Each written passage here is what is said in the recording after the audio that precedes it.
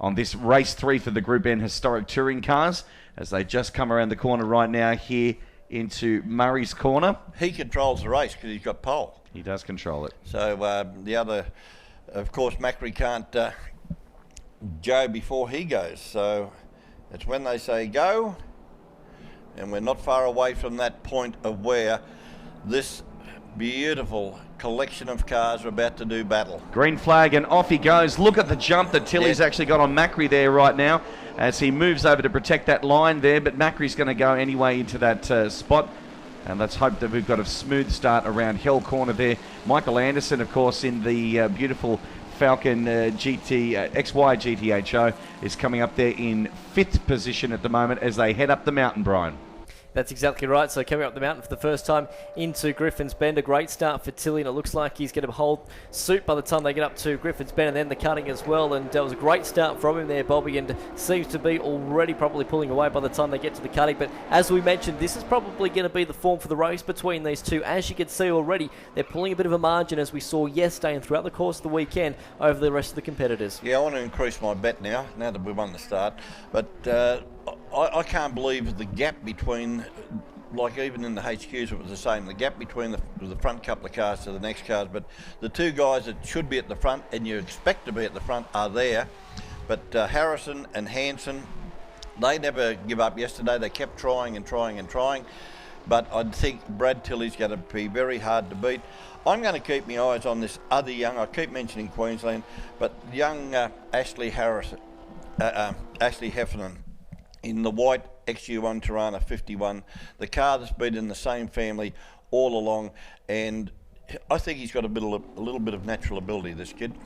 Just want to make mention there as well, Brad Tilley giving it a bit of foot there through the turn 5 here at Mount Panorama. Turn 6 coming through there, just a little bit sideways.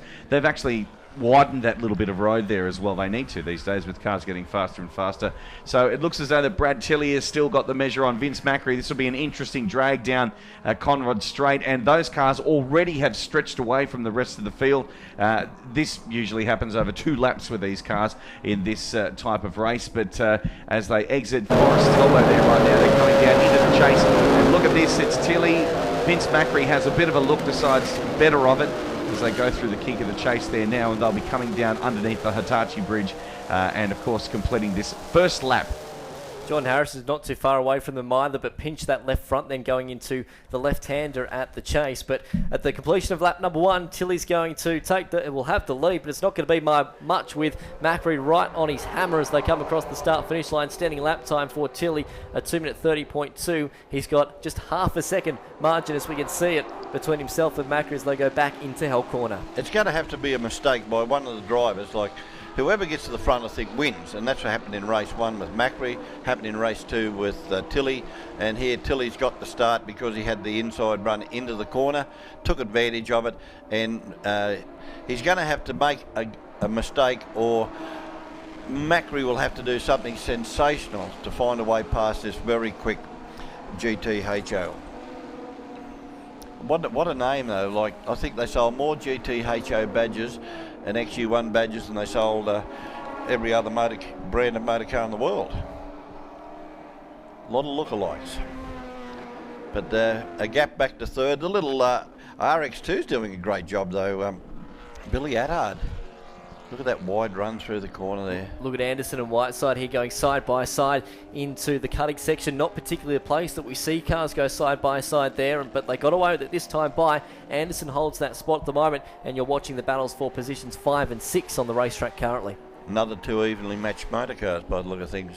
Very much so, very much so. Of course, you've got Whiteside driving the Ford Mustang Trans Am this weekend, and then Anderson with the Ford Falcon XY GTHO as well, as they come across the top now of McPhillamy Park, and we'll dip into Skyline and down the S's for, of course, lap number 2 of 6 here for this weekend, Benny. And if you're wondering exactly what's happening there with those initials next to their names, on the bottom of the screen there, that's actually showing the class of car at the moment, so that they're actually in there. So that's their class of car. Yes, and these cars will be around for a long, long time. The way the owners look after these motor cars, they take them home. I wouldn't say they're all original panels on them, but they've done a very good job. Macri's come up close behind Tilly there as they go into the chase right now. Again, is going to have another look, but probably realises that Brad Tilly's got the measure in terms of brakes there, but comes right up behind him there, and just watch Tilly pull away as they go under the Hitachi Bridge as they complete the second of 6 laps here at Mount Panorama. After seeing that little bit of footage there, I would say the only place anywhere that Macri might get him will be under brakes. I don't know where, but he just seems to have a little bit better brakes, or maybe Tilly's only using the car as much as he has to. And it seems to be as well, looking at times, that Macri's actually quicker going across the top of Mount Panorama. So in the first 2 laps that we've seen of this race, Tilly's fastest to the first sector and also fastest to the last sector, but Macri's actually closing on him going across the top of Mount Panorama. On that previous lap, there was only 8/100ths of a second between the two. Macri now has the fast lap of the race with a 2:29.8 compared to a 2:29.9 for Tilly out in front. Give us the top 10. I will give you the top 10. So it's Tilly leading the race, Macri in second, Hanson position number 3. Then go back to Harrison P4, Anderson 5th, Andrew Whiteside position number 6, William Trengrove in position number 7, William Allard, Gregory Freeman and Chris Stern completing your top 10. I can't see the screen from here, so you have to do it. There you go. You've got better eyes too. Right on the back right now are Brad Tilly here as they come up through the cutting and stretching their way up right now to what a lot of people have renamed this area as Bartlett's Folly as they go straight through there now. Vince Macri just a little bit taily on the way through there into one of the, what I consider the best turns in motorsport in Australia. Straight through there, they call it the Great, then up into McPhillamy Park and then on to Skyline. What a magnificent sight that is to see both of these wonderful cars there going across the top of the mountain as it all drops away now as they go into the S's. Looks as though that Brad Tilly's pulled away just a little bit. Great line for him. It's Macri just wooing up a little bit there earlier, but now they come on the rundown from the dipper to Forest's Elbow, and this is again going to be another great race, another great drag race down Conrod Straight here, and just watch this because the legs will open up on this Camaro. Just a little bit taily there again, Vince Macri, and he will actually come up right behind this as they go into the chase, Bobby. Yeah, I just looked at the last lap time. Actually, Macri was a 2:31.939. Sorry, 2:29.882, and Tilly was 2:29. What are you looking at? Oh, he's got him. On the screen, just pointed out that straight through, thank you very kindly, coming into the chase was Macri, and he's now taken over the lead and gone away by about 6 or 8 cars. Now, that hasn't happened in the 2 races so far. They've been that far apart. So is there a problem with the Tilly car? But Macri was a smidgen quicker on the last lap. Let's see if Tilly can come back in car 28, the white Mustang. I'll tell you what, it was a big move to do it right at the kink of the chase then as well. A 2:28 even then for Macri as they came across the start-finish line on that previous lap. Tilly looks very crossed up. We saw it at the S's a moment ago, and then we saw it on the entry into Hell Corner then as well. The back of the car doesn't look quite settled on it, and this is where he's been strong though, Macri, in the last few laps going up and down the mountain, but not that time by though because Macri got him. I'll take a guess and say he's missed the gear. Yes, yeah, you've got a fair chance. That's the only reason, and they've never been that far apart like we see now. But Macri was quicker on the last lap, and on that lap then, Macri was 2:28.070, where Tilly was 2:29.291, so just a smidgen quicker again. Looking towards the battle of the back end of the top 10 here between Stern and Freeman going back into turns 1 and 2. Stern's got that at the moment, but he locks up the left front going into Hell Corner, outbrakes himself and now gives that spot straight back to Freeman heading up Mountain Straight this time by. So as soon as Chris got down the inside, that being Stern, Freeman's got back up underneath him and now takes that 9th spot back away again, Bobby. Look at the difference in the times. 2:28.070 for Macri, and 10th place, which is Freeman, 2:40.76, so a big gap between the first and the 10th place car. But that was a move I didn't expect to see Macri pull, so I think it might have been a missed gear change. Change there as well at the moment as we're looking at a moment ago. It was Whiteside and also Tresgrove. It looked like Whiteside had actually made up a spot then as well as we look further on down the field.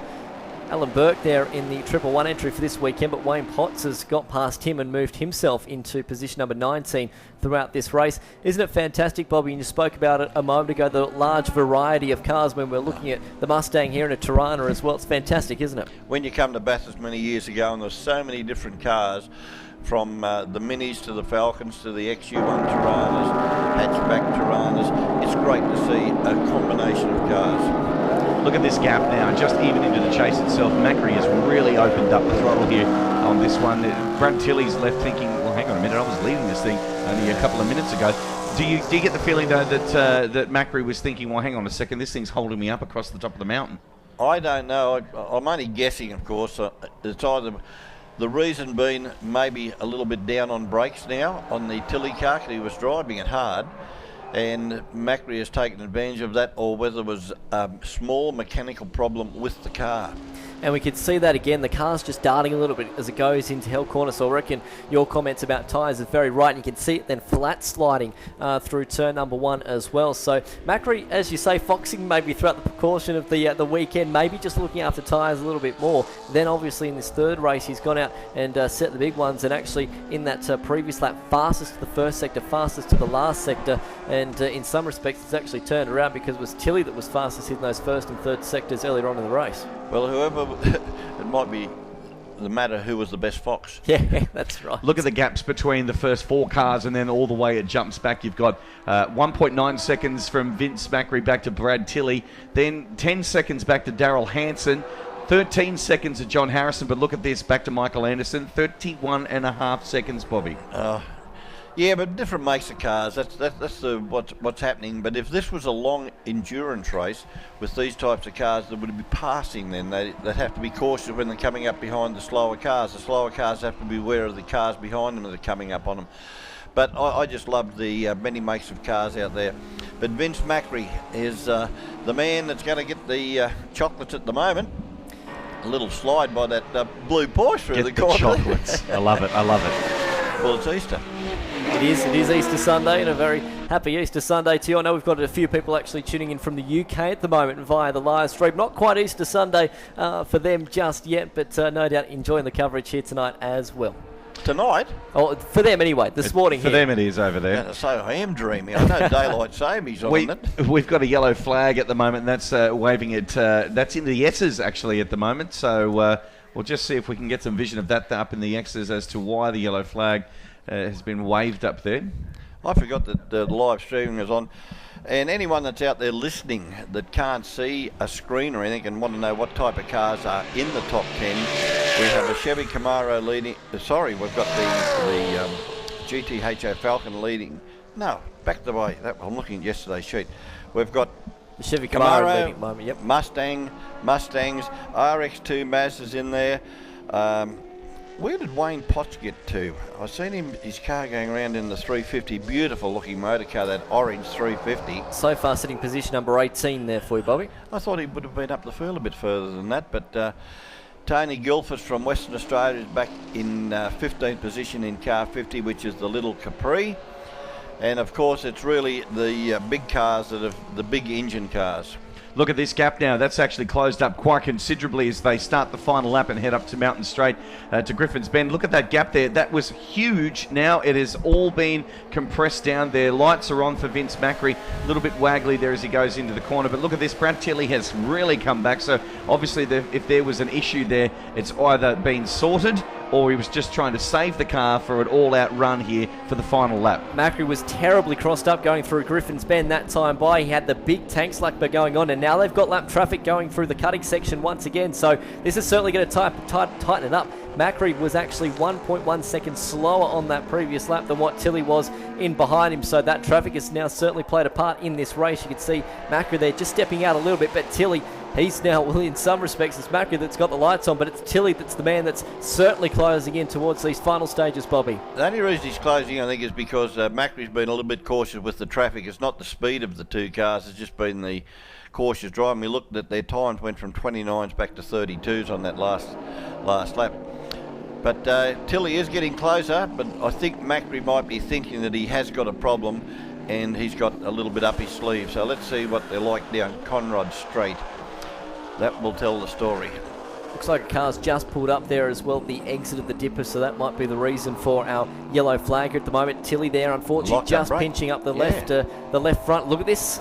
trio of cars in front of them at the moment as they come down Conrod Straight for the final time. It's almost going to be like a slalom course. As look at Macri trying to go to the right-hand side of the circuit. They're almost 3-1. He can't find a way past, and this is going to work now to the favour of Tilly as Tilly comes storming up behind the rear of them. But for the moment, Macri will hold on, but not by much as they come down to the chase. This is very exciting. Look at this. This car is not positioned well there. He's going to have to go very, very wide here. So this is going to be... Oh, He give him room. he gave him a lot of room there. But I think Macri's got the measure on him as they come under the Hitachi Bridge for the final time, for the final race of the weekend at the Bathurst Motor Festival. And Vince Macri will take the win, though. But that was very, very close. Yeah, but he got balked earlier. I'm not saying it was deliberate. Maybe the guy just wasn't looking into his rear vision mirrors. It was either the Porsche or the Tirana that didn't notice him there. But a great win to the Camaro of Vince Macri. I put my money on the other guy. So He did. And only 0.7 of a second was the gap there finally at the end there. From a large, stretched out gap to being only 0.7 of a second, that was a very, very exciting race.